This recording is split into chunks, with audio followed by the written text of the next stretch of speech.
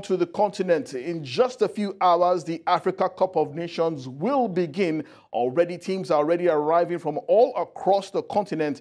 And believe me, it promises to be an entertaining competition. Right here at News Central, we bring you live analysis, some of the best analysis on the continent. We also have Favor Itoa, our correspondent, right there in Abidjan, bringing you all the sights and sounds as everything is going down at the Africa Cup of Nations, bringing you the latest news so that you can follow. But just ahead of the competition's commencement, we thought it was only fair to look at the challenge posed by the North African teams. 4 North African teams will be competing for the right to be called African Kings. Algeria, Tunisia, Morocco, and of course, Egypt will be vying for the biggest diadem in African sport. And joining us all the way from Algiers is a good friend of mine and a football journalist, Maza Mezahi. He's in Algiers.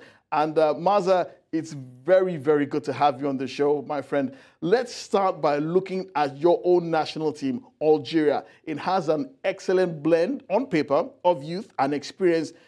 Can the Phoenix win another title in sub-Saharan Africa in the space of just four years?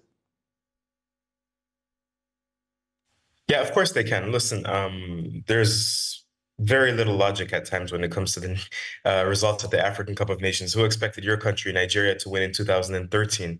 Not I. Who expected Cameroon to win in 2017 when 7 players left the national team prior to the beginning of the tournament? Nobody expected that. So as long as you have a minimum threshold of quality, you absolutely have a chance. And Algeria have that minimum threshold of quality. There were some worries about central defense. There were some worries about defensive midfield and about defending aerial balls through set pieces. However, some of those have been allayed. And at the same time, I'm very happy with what they did in preparing for this Africa Cup of Nations. Unlike other national teams, they didn't go to Dubai or Qatar or France or Spain to prepare their African Cup of Nations run. They went to Lomé, Togo, similar climate. They went to harsher conditions on the continent. They didn't go to comfy hotels. And they apparently had a really, really tough training camp physically and to build up that endurance. So I like what they did. Morale is high, and I think they could definitely go all the way. And of course, you cannot look at Algeria without looking at star names like Islam Slimani, of course, Ishmael Benasser, and of course, the legendary Riyad Mahrez as well. Do you think these players still have it in them to help Algeria over the line like they did in Cameroon, or might this just be a bridge too far? No, it's a very good question. Look, Algeria had that golden generation that won the 2019 Cup of Nations. The names you mentioned, Mahrez, Slimani, Belaili, Bounedjah, these are all players that are, on the wrong side of 30 years old now. And it's definitely a valid, serious question that we can ask. But there is a new crop of younger players that are also coming in to support them. Players like Houssam Aouar, who plays for Roma, long time, linked with Arsenal. Rayan Ait Nouri, the Wolves left back, is also coming into this team. And there's a very, very talented young player named Mohamed Amin Amoura, who's currently playing in Belgium. He has 13 goals in 14 matches this season. Wow. But of those 14 matches, only 8 are starts. So he's been incredibly efficient in front of goal in very, very little time. Well, what about the goalkeeping department? We heard that Raz Mbohi, who was very key to that win in Cameroon a few years ago, he's been dropped due to injury. Does this inspire confidence? Is it panic stations right now in Algiers? No, look, Mboli is still with the squad. He could perhaps be match fit later on in the tournament, but he will probably miss the first couple of matches. To be fair, he hasn't really been the starting goalkeeper over the last 6 months. That's been Anthony Mendrea, who's been playing as a starter in the 2nd division in France for Caen. So at the same time, Mboli has not really been the starter over the last 6 months. He's been replaced by a younger goalkeeper who's done, to his credit, very well. But it's always good to have a goalkeeper with the experience of Mboli later on in the tournament. He has 2 World Cups, and this is going to be his 6th African Cup of Nations. Okay, Maya, I have to put you on the spot. You are Algerian. We've just finished talking about Algeria. Can they do it? Can they win another title in Sub-Saharan Africa? Yeah. Of course. Look, for me, they're not favorites. And we know that the teams from the Maghreb, Morocco, Algeria, Tunisia, they tend to struggle in sub-Saharan Africa, unlike Egypt, whose majority of the players play for Al Ahly and Zamalek and have experience playing, in the Champions League across the continent. Our players from the Maghreb in general usually play their football in Europe. A lot of the times are born and raised in Europe, and they struggle to make that adaptation. But Algeria definitely can do it. They have the quality to do it, but they're not one of my favorites. My favorites are Senegal, Cote d'Ivoire, Egypt, and Senegal, Cote d'Ivoire, Egypt. I'm sorry, I'm blanking on the fourth one. Nigeria? Morocco is the fourth one. I thought we were going to Morocco, say actually. No, Nigeria. Nigeria. Well, you just I'm mentioned sorry, but Morocco now, so we have to go to Morocco. A barnstorming performance at the FIFA World Cup just a few years ago. Everyone says that most likely they are condemned to win this Africa Cup of Nations on the basis of what they did in Qatar. Is this true? Can we honestly say that Morocco are clear outright favorites to win the Africa Cup of Nations?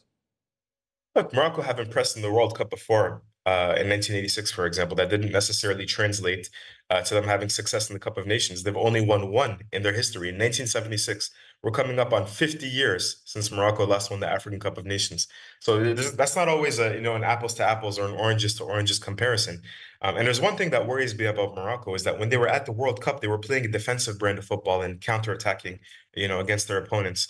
At the African Cup of Nations, in a group with Zambia, DR Congo, and Tanzania, they're going to be expected to hold on to the ball, monopolize possession, break down the opposing defenses who are playing defensively. I think that could be a little more difficult for them. So I'm not necessarily expecting Morocco to have the exact same success they had in Qatar in last year in November. But there's no doubt that they have quality on their side, and I really do like their coach, so they will be one of the favorites for me.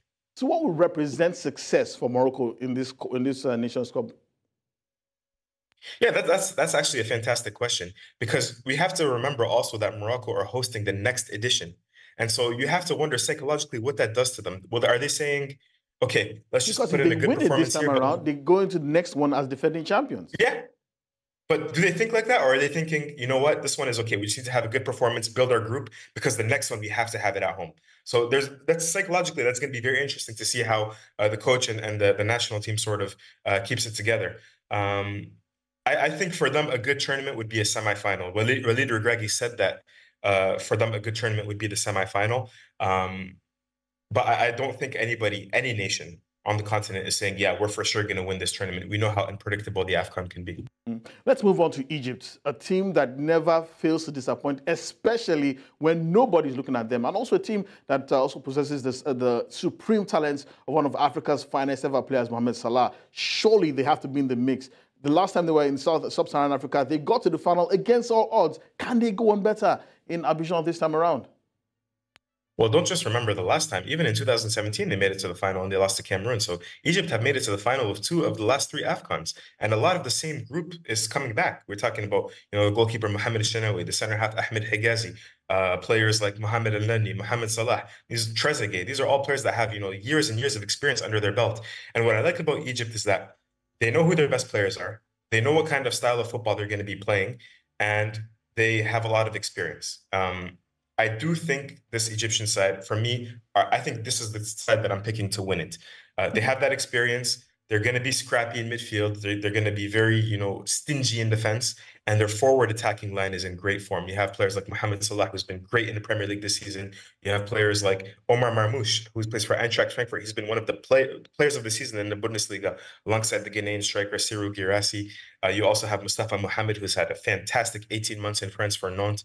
Trezeguet is still banging in the goals for Egypt. So their front line is in fantastic form. And I think the fact that they know how they want to play, they want to lock down the defense and let that forward line do what they have to do, that gives me a lot of confidence in this Egyptian side. Okay, finally, Maher, we cannot leave this discussion without talking about the 4th and last North African team, a team that nobody seems to be looking at, but former champions and a tough team in their own right, the Carthage Eagles of Tunisia. Why is it that nobody is calling them as favorites?